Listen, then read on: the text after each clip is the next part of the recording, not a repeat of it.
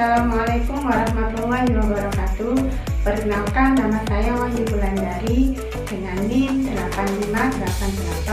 858822952. Saya dari kelas PGSDPI 2B dari Pogajar, Kota Pasuruan.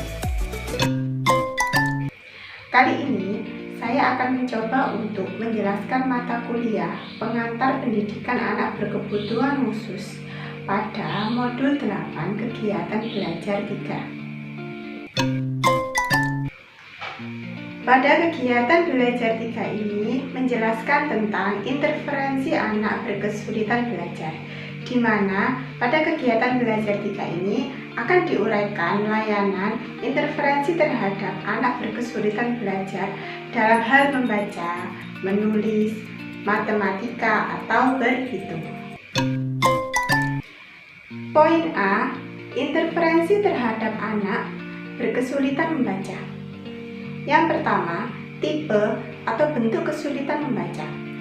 Dari hasil pengamatan di lapangan terhadap beberapa kasus, ditemukan beberapa tipe gangguan dalam membaca, seperti menghilangkan huruf, menghilangkan kata, menambahkan huruf, penggantian huruf dan kata, kurang memperhatikan tanda baca, dan pemahaman isi dalam bacaan.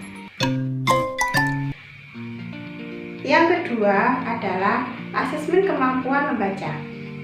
Dalam asesmen kemampuan membaca ada 5 tujuan. Yang pertama, menentukan pengelompokan anak secara tepat untuk pengajaran. Yang kedua, menunjukkan dengan tepat kebutuhan belajar anak secara spesifik. Yang ketiga, menilai kekuatan dan kelemahan dari program pengajaran. Yang keempat, mengakses perkembangan membaca seseorang. Yang kelima, pertanggungjawaban kepada orang tua atau masyarakat. Yang ketiga adalah prosedur intervensi kesulitan membaca. Intervensi terhadap siswa yang berkesulitan membaca dilakukan melalui tahap berikut. Yang A, identifikasi masalah yang dilakukan dengan mencari, menandai, dan menemukan tipe-tipe kesulitan membaca. Yang B, diagnosis dilakukan untuk menemukan sebab-sebab kesulitan membaca pada diri siswa.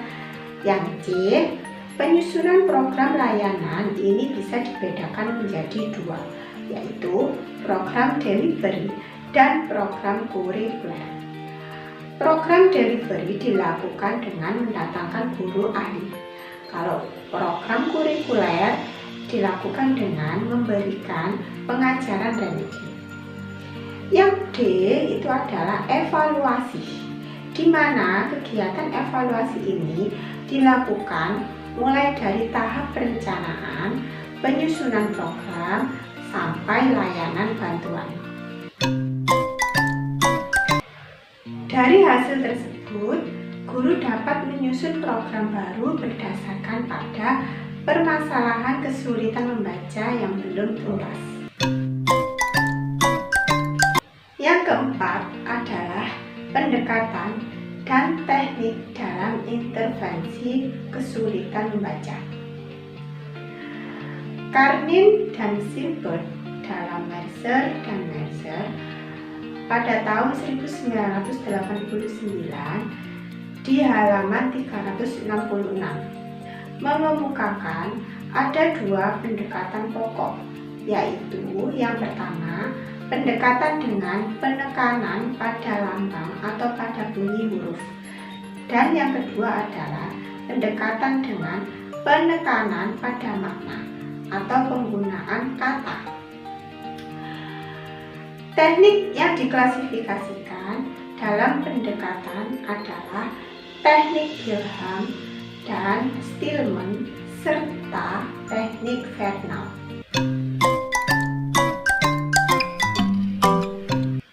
Poin B adalah intervensi terhadap anak berkesulitan menulis. Intervensi bagi anak-anak yang mengalami kesulitan belajar menulis ada 3 tipe.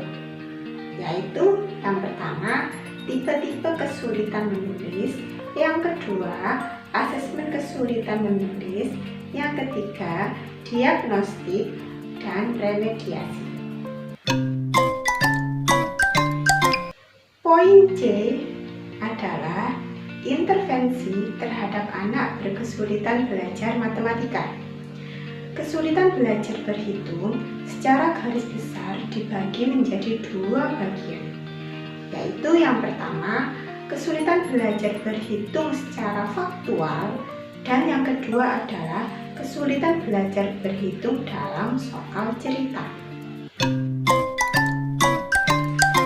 Faktor penyebab kesulitan belajar matematika yang pertama yaitu pola-pola kekeliruan khusus seperti jumlah angka dalam satuan dan puluhan ditulis tanpa memperhatikan penempatan nilai. Yang kedua, asesmen kesulitan belajar matematika ada dua teknik yang bisa digunakan, yaitu yang pertama, teknik wawancara diagnostik, dan yang kedua adalah teknik tes survei yang dibuat oleh guru.